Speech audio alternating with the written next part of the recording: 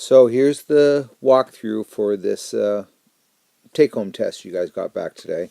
So this first one, I'm given 20 words, the word length of 20 words, and or the letter length of 20 words, and they're trying to say, okay, if they meet the 6.5, the average word length of 6.5 letters, then they've met their goal. So that's what HO says, is these authors have met the goal.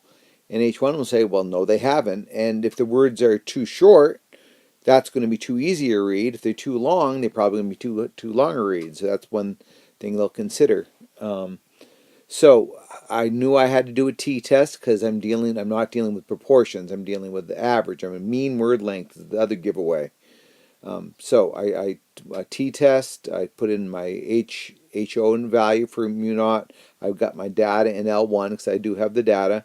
And I said not equal to, so it's a not equal to, and I calculated. So I'm going to examine this t-score. I'm going to examine that p-value. So to make a decision, I know my p-value is huge. It's what, 0.12. And if I'm using a limbo bar, a level of significance of 0.05, that's not getting under that. So we can't reject HO, which means, and I'll just say this, I won't type this out. What you need to do is, we can't reject HO, which means that yes, the authors have met their goal. The average word length is about 6.5 letters. Okay? This problem is asked, a lot of you try to do a confidence interval for this. And what we're doing is what they're asking us for is how big a sample size does you need? So what you're going to do is, if you're going to go look in your notes and try to find this, what we're looking for is, we know that it's with a sample size, I don't remember what page it's on, but we're going to get our margin of error is equal to some z-score that's determined by your level of confidence times your standard deviation over the square root of n. Okay? So, one thing we need to complete this from the last problem is, it told us that the SX was 2.68 or something like that. I don't think I brought home my worksheets for this. Okay, now they aren't telling us the population standard deviation, so this is a little bit of a stretch, but we do need that. We need a standard deviation, so we'll use that sample one for a substitute. So they tell us we want to be within 0.5 letters. We know we need to find out what z-score we need. So what we're going to do is, we're going to pretend we're doing a z-score. I didn't think at this point in time you guys were able to do an inverse t. Really, that's what we would need to do. So what I'm going to do is come up with a z-score for the 98% confidence interval. That's similar to what I asked you to do on all the work we did. So that tells me that the area to the left is going to be 0.01 or 1%, and the area to the right is 0.01 or 1%. Together that all adds up to 100%. So I did inverse normal, area to the left 0.01. I got a z-score 2.33 if we round. Remember, this is going to be plus or minus, so we aren't going to worry about the calculator's telling me it's a negative. And then I'm going to multiply that by that 2.68 estimate.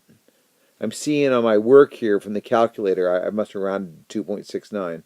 So that's what I'll do, because that's what I calculated here. And then we're over the square root of n. So then the math that you're going to do is, we're going to just do a little algebra, divide both sides by 2.33. And then what that left me with some answer, right? So I've got some number, I've got some answer equals 2.69 over the square root of n. Well, I've got a little proportion going on here, and the way you're going to get this is, we're going to solve this proportion. You're going to cross multiply and then divide by whatever that number is. So you see what I did over here in my calculator. I took the 2.69. I went 0.5. You can barely see that. I did 0.5 divided by the 2.33, gave me this answer. And then I took the 2.69, I cross multiplied, got 2.69, divided by that last answer, I got this. And then, so what I've got algebraically is, I've got this 12.5354 number equals the square root of n. So then to solve that, we're just going to square both sides of that equation, and that'll tell me that's where I got the 157 from, and we got to round up because 157 is not quite enough, so we got to do 158. So that's how many words she needs to sample, is 158 to be within a half a letter of the true average. Okay, so for this one, I'm not seeing any means or anything, so it must be that it's going to be a proportion, and seeing that I've got a percent going on here. Okay, so the med school is saying, hey, that more than 28% of their students go into general practice. Okay, that's a big problem because if not enough people, too many doctors specialize, there won't be enough regular doctors kicking around to help us out. So what I think, because HO is always an equal to, basically that tells me that the medical school is wrong, that the average, the percentage of people that go, or students that go into general practice is only equal to 20%. It's not more than that. And that's what our H1 will be. Well, we're going to test the claim that the school is right, and then more than 28% go on to school. So what's we got to do about this is we need to have an X and an N to run this test, this proportion test. Well, I know N's 130, and you guys have done enough work with this now that in order to get the X, we got to do 130 times the point 30, because that's what the sample result showed. And we're going to get some number. I didn't write that down, did I? So, but that's what goes here. For your X, then you run your test. It's a one prop Z test, whatever number that is in the calculator. You'll have to look. And what I'm seeing is a pretty large. I'm seeing that Z-score 0.5, which should be a flag. You should be getting a sense that, we start getting Z-scores, T-scores over 2, 3, some levels, some significance, some differences are happening. When it's only a 0.5, that's going to give you a huge p-value. So we can't reject HO here. And what that means is the school's claim isn't supported, that no more than 28% are going on to be GPs. The rest of them are being, are going into specializations. So then for problem 3, we're 95% confident, and it's a confidence interval, a one prop Z interval, as you can see by the calculator, and there's the result. And so since we could use decimals, it makes a lot more sense to talk about this as percentages though. So 22% and 38%.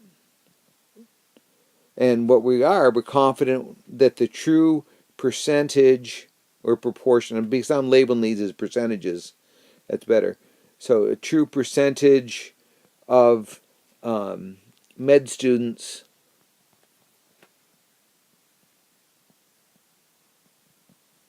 going into general practice,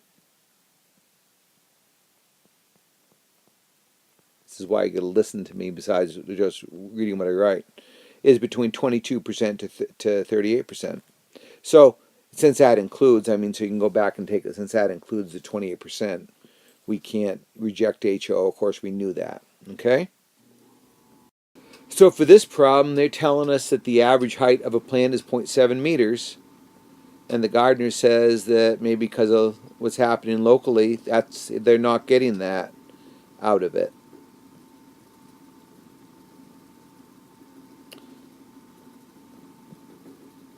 So he thinks they're not really saying that it's, see the way they said it's different, so I would suspect we could do less than, but because the problem worded different, we're going to go with a 0.7, not equal to. Okay, so and then what you got to worry about, since I was given the population standard deviation, I'm going to use the z-test. Okay, if I hadn't been, I would have done the t-test. And I filled in the information, you can see it there. Chose not equal to. Got this test result. Z-score is getting there, but you take a look at that p-value, that p-value is bigger than the 0.05. So again, we can't reject HO. Doesn't look like the gardener was right. It looks like the average. So local soil conditions aren't having an effect on the average height. So I ran a confidence interval. Oh, I wonder if I did the 97.7, 97.5. Just a minute. So I realized I had messed up. So here's the correct confidence interval, and it's kind of a tricky question because this doesn't conflict with my results. I said I'm not going to reject HO, that the average height was about 0.65, and notice the 0.65 falls in that interval. So that's not a problem. It supports what we just calculated. And then for this last part about type 1, type 2, remember, a lot of you, many of you, most of you wrote down for a type 1 error, you wrote reject HO when true. And yes, that's exactly what we had, but I want you to put it in the context of the problem. And this is what we're saying. We're saying that the average height isn't 0.7 when we reject HO, but it actually is. And boy, it's a typo, and local additions have no influence in the average height. Type 2 errors is we don't reject HO,